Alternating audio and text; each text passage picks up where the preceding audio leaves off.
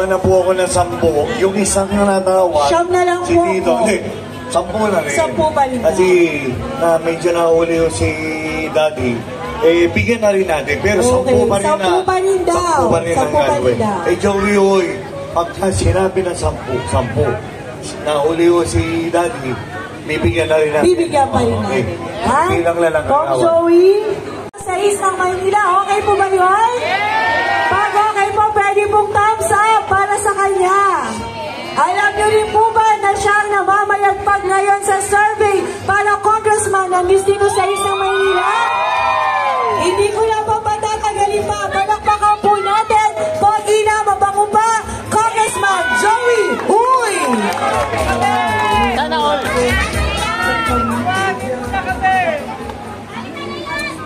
Isang magandang umaga po sa aking mga mami at daddy, sa aking mga kapamilya dito po sa bayan ng Pandakan. Kay Chairman Pascual, sa lahat po ng mga barangay council, kay Kapitana Mercado, ang First Lady ni Marcel Doc Mercado, sa ating pong siyempre ang Your Best Choice po, kasi bago kami marap sa inyo, nag-usap-usap po kami. Dahil sabi ko, si Joey, nakita nyo, minsan, ay kanino kumampi, hindi bumabalingbing. Dahil bago kami marap, nag-usap-usap po kami lahat ng mga konsyal ko. Ang usapan po namin, dapat programa, saka straight po. Sa Your Best Choice po, wala pong bumabalingbing. Lahat po straight. Kung sino yung mga leader namin, dala lahat. Si Yormes ko, Vice Mayor Chia Chensa, ang inyong lingkod. Kaya wapong Panginoon, sana po, bigyan tayo ng biyaya, maging congressman ang inyong anak na si Joey Uy. Kasama ko po ang aking mga konsyal, si Konsyal Polder Castañeda, Konsyal Kid Marasigan, Konsyal Doc Mercado, Konsyal Elmer Pan, Konsyal Lupi Loso, at ang aking anak na si Konsyal Tristan Joey Uy. Yan po ang usapan natin dahil dapat po magkakasama kami. Hindi ko na po masyadong makakatagalin. Gusto ko lang po baguhin ang kalakaran ng pagsiservisyo ng congressman sa ika-6 na distrito ng Maynila. Dahil dito po, nung ako po'y nagpapasalamat sa mga barangay official, ang nadinig ko, wala po daw tayong scholarship program. Tama po ba yun? Iyan ang gusto kong gawin.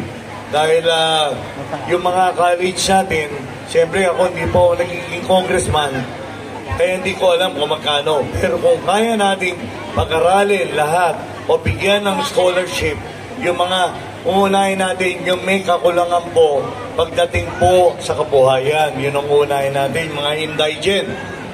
Bigyan natin scholar yung ating mga estudyante, yung po yung sa college.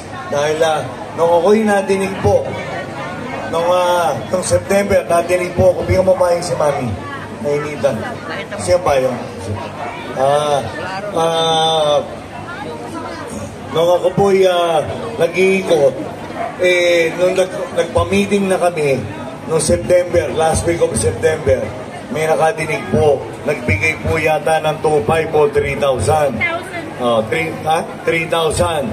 Ang scholarship program po, mula unang araw ng klase hanggang sa katapusan ng klase. Kapag pinahabol lang po, ginaya lang po si Joey Uy. Financial assistance lang po yun. Tama po ba yun? Ngayon po, ako po, magbibigay din ng pang-maintenance sa ating mga senior citizen, ng mga mami daddy ko. Unang-una rin, unahin natin yung mga may kakulangan sa kabuhayan. Pero kapag kaya po natin bigyan lahat, yan po is galing naman po sa ating mga buwis. Pinararaan lang. Parang ako po, ngayon konsyal, yung sinusweldo ko, 130,000, 96,000 plus, itinutulong ko po yan. Yung allowance ko, yung rata, 18,000, itinutulong ko rin po yan. Bon-bon po yan. Yung clothing allowance sa isang po siyang taon nyo, 5,000. Itinutulong ko rin po yan. Dahil ang inyong anak na si Joey Uy, may natatanggap naman pong biyaya galing sa Panginoon. Hindi po ito ang aking hanap buhay. Kaya makikita nyo, nakalagay, serbisyo, hindi negosyo. Yung pagsaserbisyo bilang politiko, dapat taos galing sa puso. Hindi lang po pagka may eleksyon. May eleksyon o wala, dire-diretso dapat po ang pagsiservisyo. Gaya nung nadinig nyo sa aking anak na si Christian Joey Uy. Yan po, wala po akong pinangako dyan noong 2003, 2004. Nung ako po ipinalad sa tulong ng Panginoon, sa inyong pagdadasal, sabi ko, matukpo ko sa inyong mga puso. Sabi ko, ipagdasal nyo, yakapin nyo, mahalin nyo, tulungin nyo. Ampunin niya na po si Joey Uy. At sa awa po ng Panginoon, pinalad po si Joey Uy sa tulong nyo. Hindi lang po isang beses, bagkos 3 beses pa. Maraming salamat po sa inyong pagtitiwala. At meron pa ako unang isang munang sasabihin ko. Yung mga immunocompromise, yan po hindi nabibigyan ng pansin. Ano ba yung immunocompromise? Yan po yung may mga sakit na bata na diabetic, may sakit sa puso, di po senior citizen, dinadialysis, yung mga na-transplant na po na hindi pa senior citizen. Gusto ko po isabatas na dapat magkaroon po rin ng discount kagaya na senior citizen. May less 20% at saka wala rin pong VAT. Tama po ba yun? Provided, Joey Uy po, kapag tama, kapag mali. Dapat po, meron pong indigency.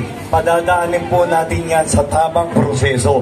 Wala pong palakasan kay Joey Uy. Padadaanin natin sa DSWD. Tama po ba yun? Tama! Yan po yung unang kong gagawin batas. Sa susunod na po yung iba, ako. Hindi, sa totoo lang Ako naman po, wala akong pinangako. Lahat po ng ginagawa ko, tuloy-tuloy mula noong 2004 hanggang sa pangkasalukuyan. Pwera lang po nung nagkaroon ng pandemya. Dahil, siyempre, alam niyo naman po nung pandemya. Pero ang opisina namin, dire-diretso. Kaya sabi ko, kung ako po ipapalari sa tulong nyo, sa tulong mo ng Panginoon, kakatok muli ako sa inyong mga puso. Ipagdasal nyo unang-una yung aking pamilya, magkaroon po ng magandang kalusugan. Dahil may kasabihan, health is wealth. Di po ba? Kahit anong dami ng pera nyo, pera natin, kung di naman tayo physically fit, wala pong halaga yung pera na yan. Tama po ba yun? Pangalawa po, malarin po kami, straighten nyo na po ang your choice. Ako po'y kumakatok sa inyong mga puso. Kung tutulungan nyo po si Joey Uy, tulungan nyo si Yormes ko, Vice Mayor Chia Atienza, at sa po ng aking mga konsyal. Dahil si Joey Uy po, minisa po, hindi po ako pumalingbing. Kapag umuuna ako sa kampang ko, yun na yun, may word, may palabra de honor. Tama po ba yun? Siguro, kilala niyo yung lolo ko, si Lolo Manuel. Yung tagumpay sa Sweep 6, kilala niyo po yun. Malinis po yun. Walang kamandya-mandya. Si Joey Uy po, ang apo ni Lolo Manuel Uy. Si Consial Christian Joey Uy, apo na po sa tuhod. At ang iyong pagtitiwalang binigay niyo po si Joey Uy o sa pamilya Uy mula noong 2004 hanggang sa pangkasalukuyan po. Halos 21 taon na po kami nagsiservisyo at yung pagtitiwala na yan ay sinuklihan ko po ng isang matapat at nire-diretso pagsaservisyo sa abot po ng aking makakaya. At ang sinuklo po ng pamilya Uy sa inyo, ang pwede kong makipagmalaki kahit papano. Ang inyong lingkod o ang pamilya Uy, ninisan po, hindi po kami nasangkot sa anumang katiwalian mula nung unang araw hanggang sa pagkasalukuyan. Yan po kahit papano ang pwede kong makipagmalaki sa inyo. At muli, maraming salamat sa inyo, sa inyong walang sawang pagtitiwala at makakatiyak po kayo. Susuklihan ulit ng isang matapat at dire-diretsong pagsiservisyo sa abong ko ng aking makakaya. Muli, maraming salamat po sa inyo lahat at isang magandang umaga po. Kasi sa lang po sa pasingitin na po natin itong pinabalik. Congressman Joey, yan, may premyo kayo. O sige, mami. Huwag po kayo mag-alala. Sige. Lahat po makakain. Tato kayo mananalo dito. Babawa mo siya. Ika lang po. Dahil pa. Kaiti nyo, mami. Sige. Sige. Ayan, next po. Oh, Yorme, Iskong Moreno. po natin, Sagutan ni Congressman Joey. Mami ha, Ay, no. makakalimutan si Yorme ha. O sige. Yan. Sige. Kaiti nyo lang ng konti. Sige. Samahan nyo na lang. Vice Mayor Chia Chenza. Sagot na rin ni Congressman. Dito po, PWD. Kasi ang Christian Joey Uy. Yan. Ito tayo yung kalit. Kaiti nyo. Next po. Napakalakas naman. Huwag po mag-alala. Lahat po mananalo. Walang talo. Vice Mayor Chia Chenza. Chia Chenza. Masaya ha? Oo. Yan. Dito ba yun? Sige. Sige po, yan. Ikot po. Okay na lang. Muna po kayo. Thank you po. Mukha mo. May bigote. Congressman. Sir Kid Marcila. Hindi ka man narinig ano. Hindi ka man narinig sa akin. Para... Next, Kong Joey. Ako. Next. Doc Mercado. Nasaan mo? Happy po kayo, Doc. Hindi ka man narinig. Nakakalitin ko lahat. Dito po sa Senior Mesyo.